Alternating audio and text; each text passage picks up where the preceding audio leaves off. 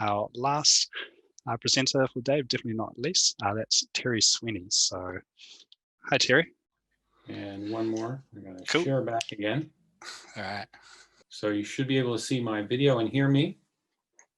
Yep, can see and hear you clearly and see your slides. Cheers. Okay, great. I want to thank ADI for giving me the opportunity to tell about our experience with this. And I have to say, one of the things that made this easier for me and for us here at the University of Scranton was I was part of the ADI mastermind group that was a collaboration with the American Physiological Society. And the activity of that group ramped up right as COVID did. And so that kind of switched the conversation for a lot of us to talk about LT and how we could use LT for this emergency online movement.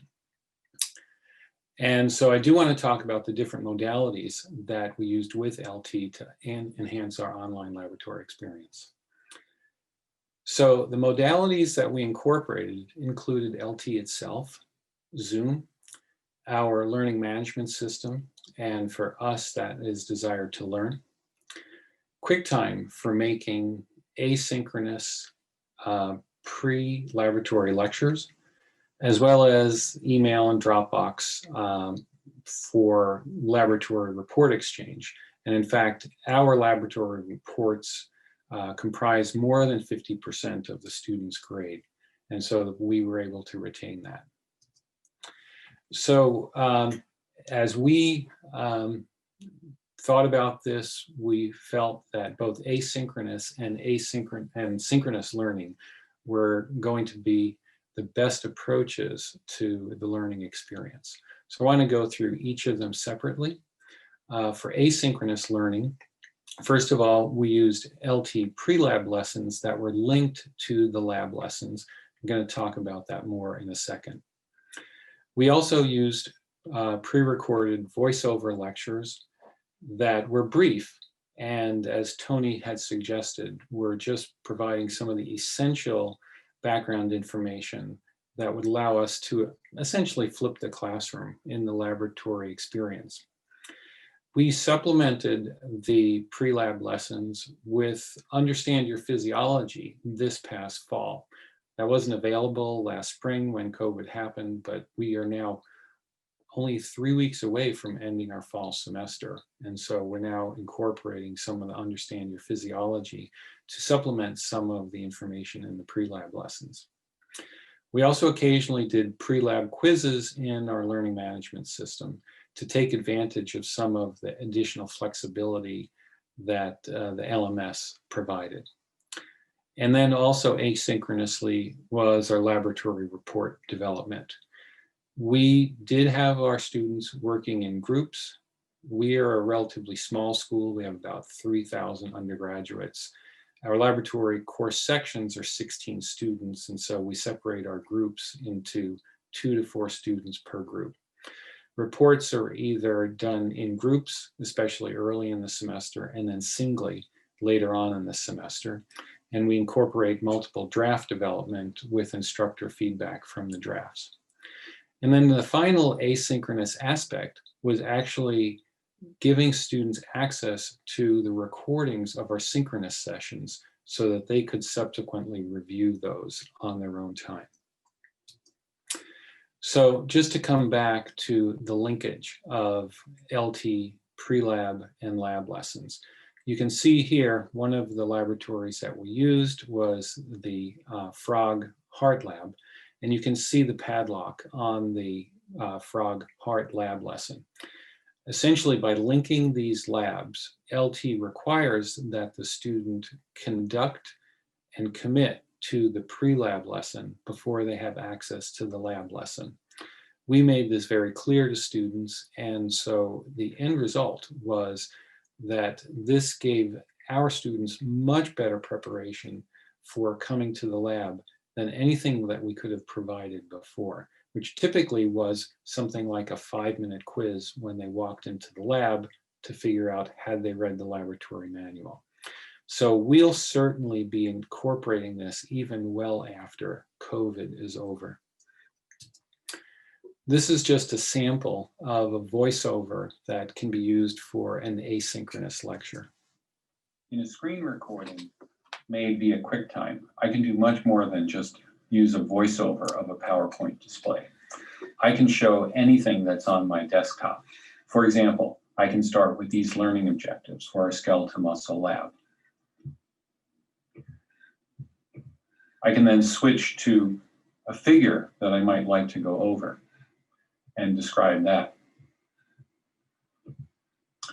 I can go into LT and I can look at the equipment setup or dig into some particular data. And so it's very useful for setting up a pre-lab lecture that can be viewed asynchronously. So then for the synchronous side, we had several different aspects of it. Our laboratory courses typically run in 3-hour scheduled sessions. And so the students would show up virtually by logging into the Zoom session. And the instructors and the students then were all live with video on for everybody. Once the students were into Zoom, then we had them each log into their own LT account. But you'll see that essentially then they were carrying out the lab in their assigned laboratory groups of 2 to 4 students. And so that while they did these laboratories in their groups, this was actually with the group lesson mode in LT deactivated, because to use the group lesson mode in LT, students have to be in person at the same computer and they log into that same computer. We would then use breakout rooms for the laboratory groups to do their joint work, doing the data acquisition, and especially in the spring, this was on the pre-recorded data that was in the LT. We used, at that time, the skeletal muscle, the frog skeletal muscle lab, as well as the frog cardiac muscle lab. So they would do their data acquisition and their initial analysis during that first 3-hour session. The next week, typically, we would get together, again, synchronously for a post-laboratory exercise recitation via Zoom. And there we would use both the main rooms and the breakout rooms to carry out our objectives. We'd begin in the main room and review data analysis techniques. We would then send the students into the breakout rooms in their laboratory groups where they would conduct the rest of their data analysis. We would pop into their rooms, see how they're doing. We could chat with them. They could call on us into their room and so forth. Then everybody returned to the main room, and then we would have the groups present aspects of their data analysis. We'd also use the main room for instruction and group critique of laboratory report writing. So often they had a draft report due the night before our session, and then we would bring up some aspects of those, some examples, and talk about that. Also, we would use the main room after the analysis was done to discuss the physiology behind the data. And then finally, typically at the end of the semester, we would use the main room for group mini presentations of their data and concepts as they had written up in the laboratory reports. So this is just a reminder that we made all of those recordings of the synchronous sessions available to the students through the LMS. So they could go onto the LMS, they could review those for tips on data analysis, our review of the physiology, and so forth. This is an example of what we gained out of the synchronous sessions. With this graph, it shows how with the stimulus amplitude, there was no force shown until it reached a certain point in the amplitude, and then there was a rapid increase, which turned into a more gradual increase as the stimulus increased over time. Okay, cool. So I'm glad actually that you put in your figure legends, because I want to talk a little bit about figure legends and what goes in them. So you can see that this provided the type of back and forth and feedback, not only between the instructor and the students, but also between the different student groups. Then finally, we use the synchronous learning environment for giving our exams, which in the remote environment became less a proportion of their total grade. So we would have students log into Zoom, then go into the learning management system and begin to take the exam. We could then use the LMS to give timed exams. We could take advantage of other functions such as extra time for students with learning disabilities. We could randomize the question pools, and so take the questions beyond what we could provide just in LT. We'd also video monitor the students during the exam and leave the chat open so that they could have a question and answer session with us during the exam as they needed to.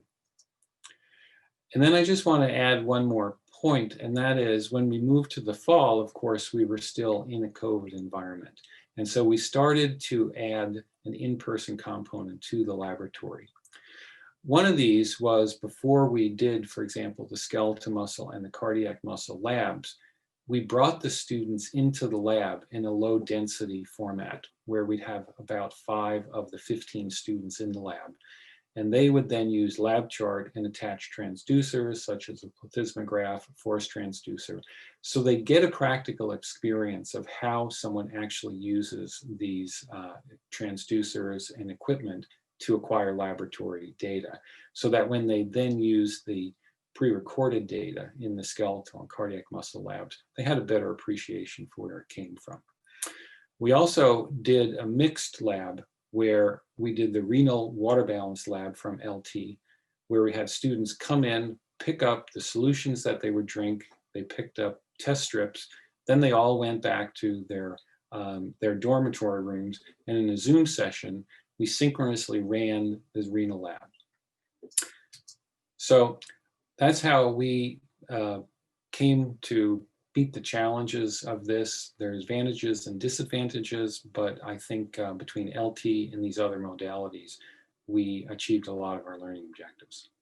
So thank you, and I'd be happy to take questions. Awesome. Thanks for that, Terry. There are a couple of questions, and we do have 5 minutes left in the webinar, so I should have time to hopefully answer them if you want to have a crack. And let's see, let me open up the Q&A. Oh, here we go. Okay.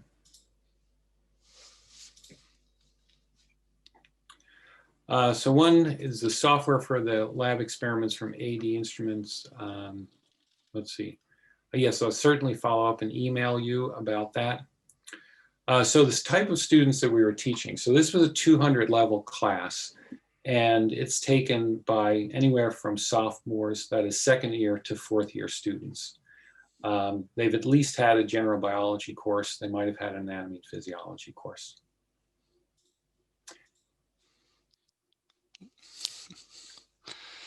So far, the student feedback for this has been quite good.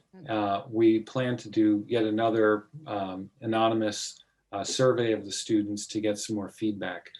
But even from the spring, the students really appreciated LT, and I think we're really impressed with what we could present in a situation where they were in fact at home in other states and so forth. So in terms of teaching lab skills, of course, the hands-on is tough. And I've been meeting with a number of other people from around the world about this. I would say one of the tough things about using pre-recorded data is the students don't learn about variability in data. They also don't learn the value of making mistakes in the data acquisition process. And so as we move past COVID, we'd like to go back to using LT, but with live data acquisition. As far as the scientific method, I think our focus on the laboratory reports allowed us to really still capitalize on a lot of that and help with the learning the scientific method. All right, so I'm very surprised that we were on time. Thank you, Terry, for that. And I'll drop you back to being a attendee now and just do the final wrap up. So bear with me. Here's again, Terry. All right, so that's it for day one. we're actually finished on time, which is awesome. Amy chiming in. I'm not sure if you wanted to say something or you just want to show everyone your face. Yeah, I was just making sure I'm just not that picture on the black screen. So I have been in the background, and yeah, I wanted to thank all of the presenters and all of the attendees for joining. This has been a really, really great experience to hear and see from everyone. So thank you. Cool. So cheers for making day one really fun. And yeah, we've got 3 more days. So hopefully you can make those. And yeah, enjoy the rest of your day. And for those that join in the social session, I'll see you soon. Cheers. Take care, everyone.